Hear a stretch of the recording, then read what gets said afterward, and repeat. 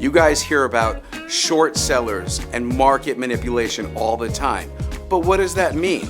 Well, it means there are about 30 million to 50 million new traders out there, and you guys are being taken advantage of.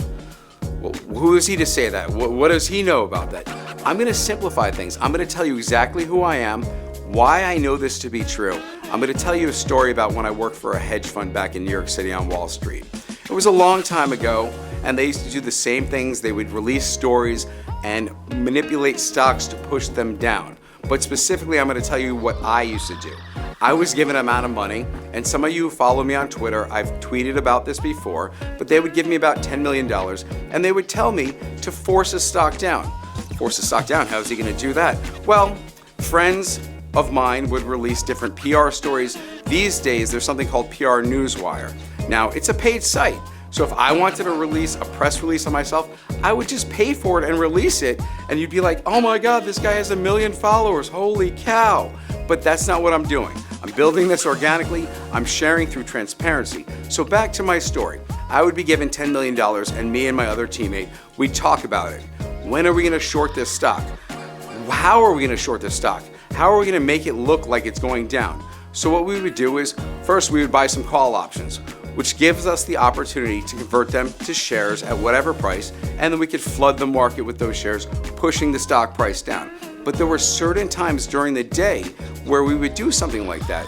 Pre-market, we would do that. Any type of spike, we would get rid of that. You guys look for spikes and you're like, yeah, it's gonna go even higher. How high could this go? Well, not very high. If your stock is being shorted by somebody like me or somebody like I used to be, I'll tell you exactly, I could push the stock right back down. You wouldn't have a clue. We've seen this happen a lot lately, but we won't specify any specific stock. I'm just going to tell you what to look out for. You see huge walls being put up.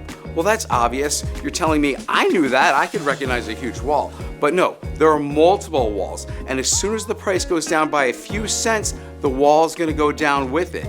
So the stock's selling for $1.50. You see the wall, the ask at $1.50. Somebody sells, they throw some shares out there. Now it's $1.40. All of a sudden that wall's at $1.41, and you're like, well, no one's going to buy this stock. I mean, speak about the psychology of trading. I wouldn't want to buy this stock. I see the wall. I'm going to put my bid way down there 20 cents less. So what happens? You just lost 12% more on the share.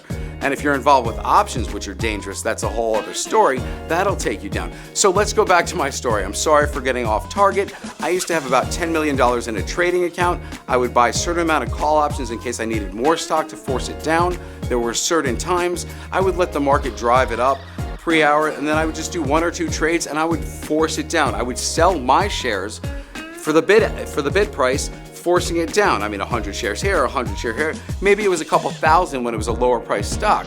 And then I would wait for the market to open. Any bit of bad news, I would just accelerate that. And I would sell into that bad news, and then people would just scare sell and take heavy losses, and we were pushing the stock down, and we had our puts also, so we were making money on the side. Options have been around forever. So not only were we making money shorting the stock, we had our options in place, so we were crushing it there as well. And then we had backup plans in case we felt some resistance. We had the call options which we could execute to force more stock into the market, which basically dilutes it more. Supply and demand. Okay, sorry, I'm talking a little fast. Supply and demand. The more supply, the less demand. You see the stock going down, there's even less demand. So then I put more out there, it's more supply. Supply and demand, it's gonna push the price down. I'm trying to simplify it. Go back to your days in high school, go back to your days in college. It's the supply and the demand curve.